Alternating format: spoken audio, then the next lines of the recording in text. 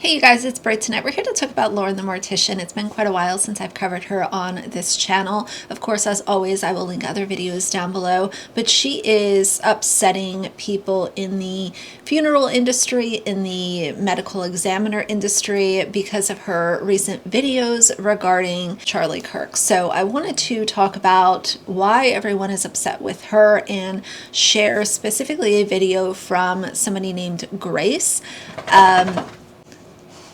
We're going to watch Grace's video and talk for a few, so if you're interested, please keep watching.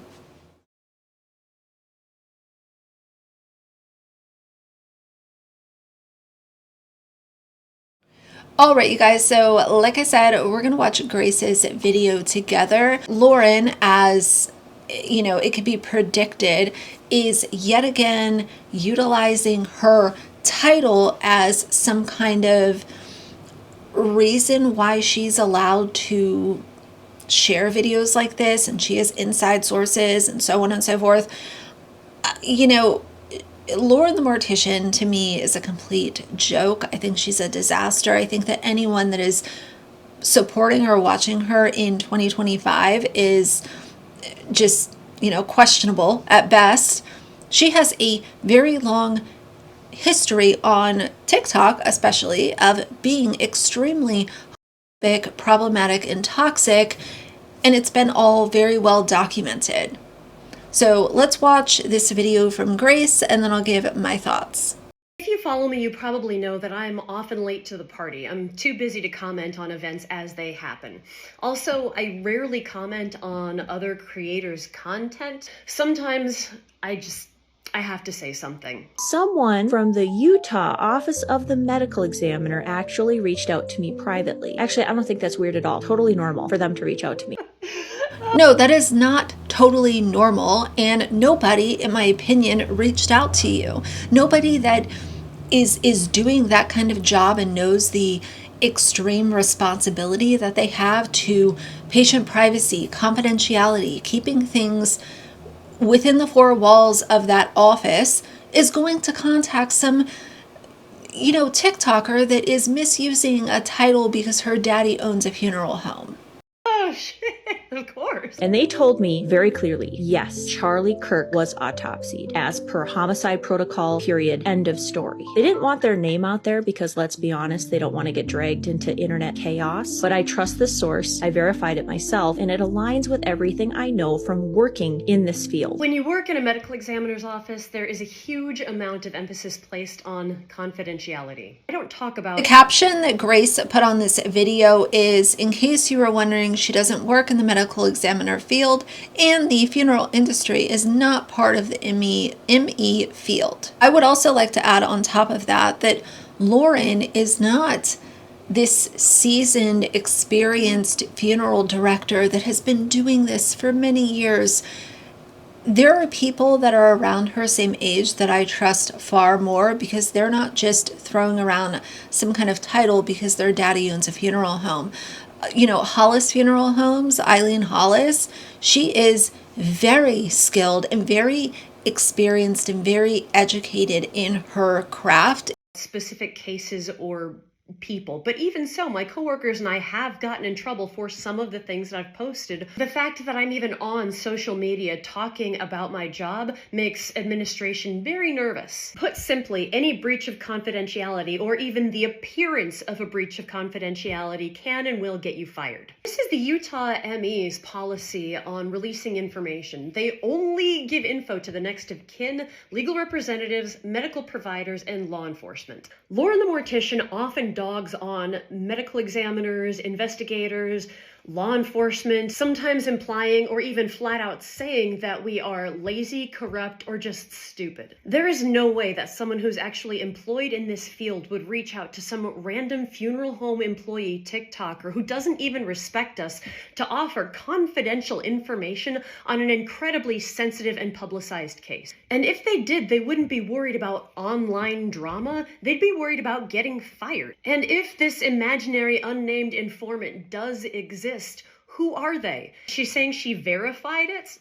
How? I mean, sorry, but none of this stands up to critical thinking. Lauren the Mortician has a huge problem with the Dunning-Kruger effect. She's probably gleaned some information from being on scene with actual investigators while she was doing body removals, and now thinks that she's cornered the market. In reality, she doesn't have any legitimate training or credentials or work history. Well, and that's the whole thing. She has been involved in funeral services because of her father, and she thinks that she is some kind of, top of the line.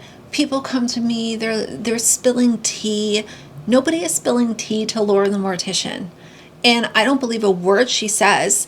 And this creator now, having made this video, I'm sure that old, Janet Braun is going to be knocking on her door, because we saw how everything unfolded, 2 years ago? If you say anything that is correct about Lauren the Mortician, she's going to send her fake legal team after you for defamation. Or experience with death investigation, pathology, law enforcement, crime scene investigation, etc. And if she does, I'd love to see them. She has a bunch of followers who know less about the subject matter than she does, giving her the impression that she is in fact an expert. When forensic professionals reach out to her in an attempt to have a conversation about her misinformation, she blocks them. This is my lane. Look, I've been in this field for 17 years, employed by a medical examiner's office. I'm going back to school because... And here's the thing, you don't even need to be in the medical field. If you give an opinion video on Lauren and the things that she has said or done, you will be blocked and maybe contacted by Janet. I was blocked, and I was only giving commentary about the things that were happening publicly. I feel like I need to know more to do my job better. Lauren insults the people who are actually employed in the professions about which she claims to know so much. Choose your teachers accordingly. I want to read a few of the comments because this comment section was chef's kiss. Of course, we have Jamie Grayson. A round of applause for Jamie. Absolutely adore him. And he was one of the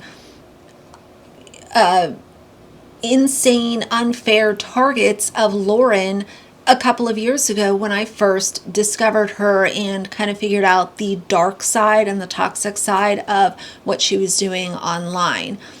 He left a comment and said, "Louder, please." And someone else said, "Her stuff feels like a chiropractor talking like a doctor." Fully agree. Another comment says, "Oh, no way, Lauren the Mortician is still being the worst. In fact, I might make that the title of this video." Love that. Someone else said, "Didn't she and someone else call the police to do a wellness check on someone who criticized her on the internet? LOL. Yes, that's correct. I've covered that. You guys can watch that video down below. Someone else said, "I blocked her forever ago, and wow, she's gotten even worse." Another comment, "Oh, she's still posting." Another comment, "Oh girl, her and her lawyer are gonna start harassing you." I don't mean to crack a smile at that. I do that just because of the level of insanity that Lauren the Mortician and her, co-star Janet, they have been so unhinged on this internet that you have to, find it at least a little bit funny. Someone else said, "Huge sigh. She blocked me like 3 years ago for pointing out that she was giving out false, incorrect information." That is her blueprint. That is the way that she does business. If you are not applauding her, co-signing her, sending her all of the gold stars and cookies under the sun, then you're going to be blocked, and you might be contacted by her, whatever lawyer, legal team, whatever you want to label it as. The last comment I'm going to read is a very good one, and someone says, "HIPAA continues after death." Nobody in Utah is contacting Lauren the Mortician.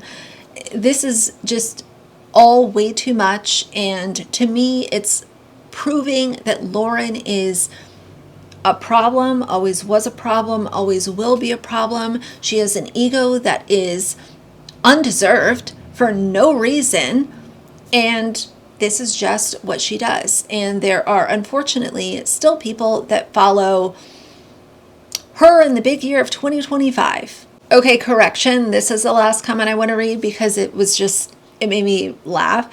Someone said, I didn't think she was allowed on the internet anymore. And that's kind of how I feel. I feel like if you are going to be a bully that spreads misinformation and is as arrogant without cause, like as Lauren is, I think your Wi-Fi should be cut off. And I think that applies to numerous different people that I've covered on this channel. But I will be interested to see what y'all have to say. Check the other videos out if you want a little bit of background on Lauren and why she is so problematic. But I think that's it for tonight. So if you like the video, please leave a like and a comment. And if you'd like to see more from me in the future, please subscribe. I'll see you guys soon. Bye.